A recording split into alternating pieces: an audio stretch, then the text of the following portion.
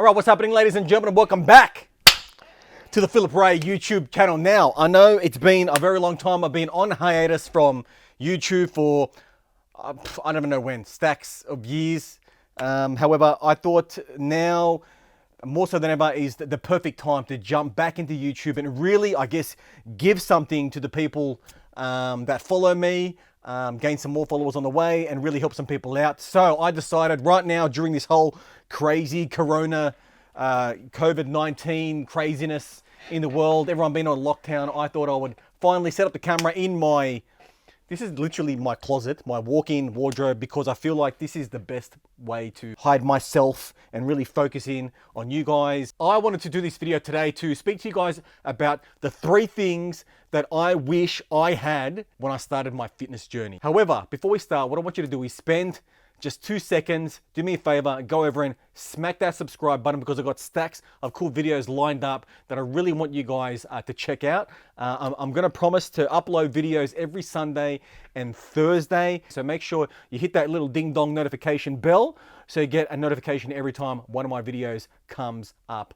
First things first, I wish I had a mentor or a coach, because honestly, I started lifting, and look, I'm going to do a full video on my whole lifting journey, but today I'll tell you that my lifting journey pretty much started around 2002. That's when I first got my first ever gym membership. That's the first time I walked into a gym. It hasn't always been linear since then, but I would say since 2002, that's when I first walked to the gym. And I wish I had a proper mentor or a coach. Let me tell you why. If you ever want to be successful at anything in life, the quickest, most efficient way to get there is to find someone that's done it before and get them to teach you, get them to show you the ropes, because figuring out shit on your own, look, you may or may not get there, but it's definitely going to take longer.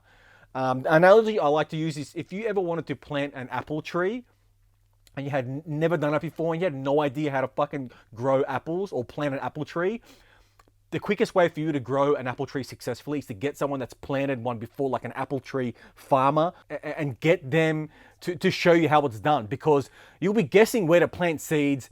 You don't know where to put them. You don't know how to feed the plant properly, if it even grows. You don't know what type of weather it needs. Whereas, a proper person that's done it before will say, hey, over here is the best soil. This is where you want to plant the seed. This is what you need to feed it. This is how much sunlight you need to give it, or this is the type of weather that it needs, and so on. So my point is, a coach or a mentor is basically going to show you the way, the quick way. The quickest way, not necessarily the easiest way, but it'll always be the most efficient. They've done it before and they know a lot of these things. So back in my day, the internet was obviously around by 2002. However, it wasn't massive. There wasn't a huge plethora of information like there is now. And now, as far as coaches and mentors, man, they're like mushrooms on Instagram. You squash one and the next day there's another 5. These coaches everywhere doing meal plans, fitness challenges, this, that, chit chat, all this stuff. There's heaps. There's so many. So you've got so many to choose from. The point I want to make is, there's so much conflicting information out there with magazines and on the internet. It's better to have a coach, because they can show you and decipher through all the bullshit and tell you which is legit information and which is just like fudge. Because I remember picking up magazines back in the day, and one magazine would tell you not to eat the yellow part of the egg because it's bad for you, and then another magazine would say, oh, it's totally fine, eat the whole egg because that's where all the vitamins are. And it was so fucking confusing. I had no idea how to even diet properly, or what was good and what was bad, because there was just so much conflicting information, and it was like, it was so difficult without having someone there to say, no, man, do it like this. You know what I mean? Like, I really, you guys now that are coming up and just starting your journey, you guys have got it so easy. Like, everything's fucking right there for you. Okay, number 2, I wish I knew about flexible dieting. Okay, so flexible dieting back in the 2000s was, in my world, unheard of. So flexible dieting, and so this one is kind of like a 2-in-1. Flexible dieting and progressive overload. I didn't understand that concept.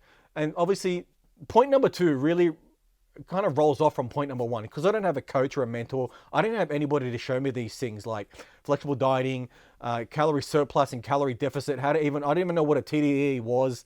And progressive overload was, I never even heard of that until just towards the end of 2000s. So knowing these things and really getting a grasp of these concepts and understanding how they work, really, this changed my whole my whole journey changed. It just became that much easier because I understood that much more of these concepts. And you know, back in the early 2000s, for me to get in shape was like it was so difficult because all I knew was to eat clean, right? And from that whole era of eating tuna and broccoli, I was like scarred. I'm still scarred from certain foods. Like broccoli, you'd have to put a gun to my fucking head, right? Before I'd even think about eating broccoli. And even then, the broccoli would have to be like a deep fried in fucking chocolate. And then I'd probably just be like this, and I still probably wouldn't eat it. You know what I mean? And being able to understand calories in versus calories out and the whole energy balance of your body and how your body uses calories to survive and adapt and all that stuff. That whole concept now, I wish someone had shown me when I was younger. Because I was the kind of guy that was just eating fucking tuna cans all day, and it was traumatizing. Getting in shape was traumatizing, and I had to like, you know, I feel like I had to like torture myself to get in shape, and it was just, I dreaded eating my next meal. You know what I mean? And it doesn't have to be that bad. Getting in shape and being fit and healthy and having a great physique, it shouldn't be difficult. It should be something that's slides into your lifestyle because then it's sustainable. Anyways, progressive overload. My idea of growing muscle was just going to the gym and totally fucking annihilating that body part, right? So if I was going into the gym to do chest, my goal would be to literally pummel my chest with exercises until I couldn't even move my arms the next day. I was like a fucking zombie, you know what I'm saying? But obviously now, learning about progressive overload, knowing that you know, you should be going into the gym with the goal to stimulate your muscle and not annihilate your muscles. And over a certain period, build up that volume so that you become stronger. And then you use that strength and you carry it on into your cat. The third thing and the final thing that I wish I had when I started my fitness journey was the right mindset. Now, this is probably one of those things where it's like, well, you kind of have to have a shitty mindset before you can learn to have a great mindset or a more positive mindset and to really appreciate that. Because for me to get from where I was at the beginning of my journey to where I am now was definitely like a full arc.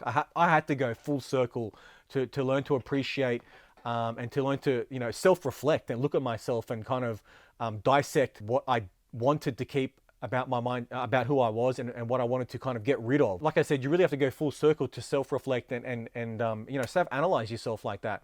And I think personal development is a huge part of my life, not just in the fitness realm, but obviously we're talking about fitness here. So having the right mindset, and what I mean by that is have less of an ego, because I feel like having an ego in the gym is really going to hold you back from progressing and really hold you back from going forth in your journey and making progress. Because when you have like an ego, I did when I was younger, because I was just very insecure and I thought I fucking knew everything. Well, I felt good to think that I knew everything, but obviously didn't. What happens when you have an ego is you have a really closed mindset and you feel like you know everything there is to know. You don't need all these people in the gym. You walk in thinking you're a sick cunt.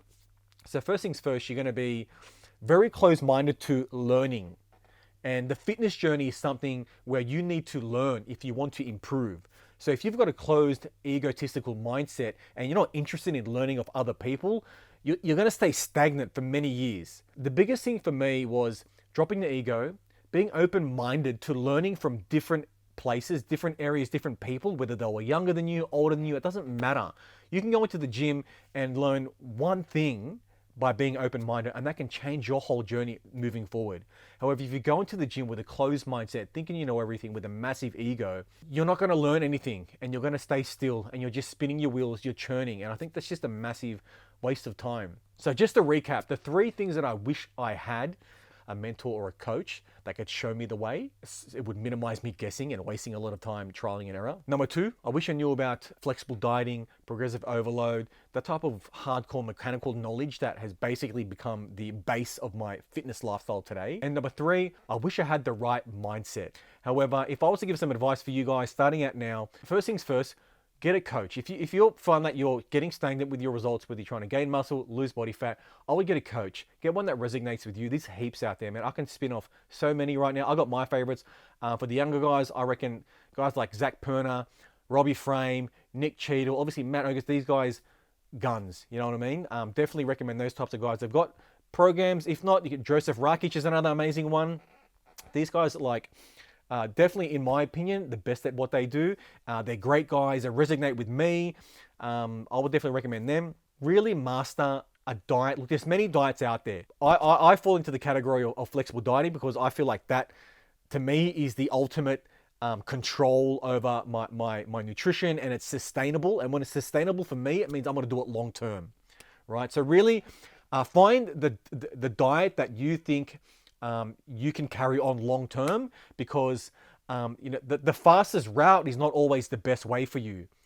You want to stick to, you want to find a diet that can slide into your lifestyle, and it should be something that you can do long term. Number 3, mindset. This one's hard because this one, I feel like to have the right mindset, you have to fail. You have to get punched in the face. You have to get kicked in the balls in order for you to learn about yourself and what you're capable of. So for number 3, my advice is really just try to keep an open mindset.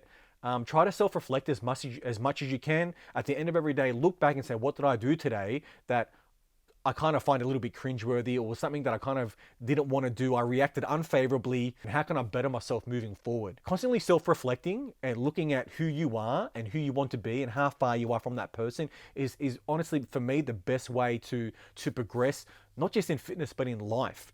Really being able to look back at the mistakes you've made. How can I improve? How can I better myself? And being really, honestly, being fucking so honest with yourself. If you did something that was fucking shit, and trust me, I'm not perfect, man. I've fucked up heaps of times, and I've done some shit that, you know, at the time I was really ashamed of. Now we'll look back and go, well, I'm glad I did that, something stupid, because, you know, I guess it was something that I learned from. What I want you to do is make sure you hit that subscribe button. If you love these videos, trust me, man, there's more coming. Got stacks of shit lined up. And I'll see you guys next time. Hadouken!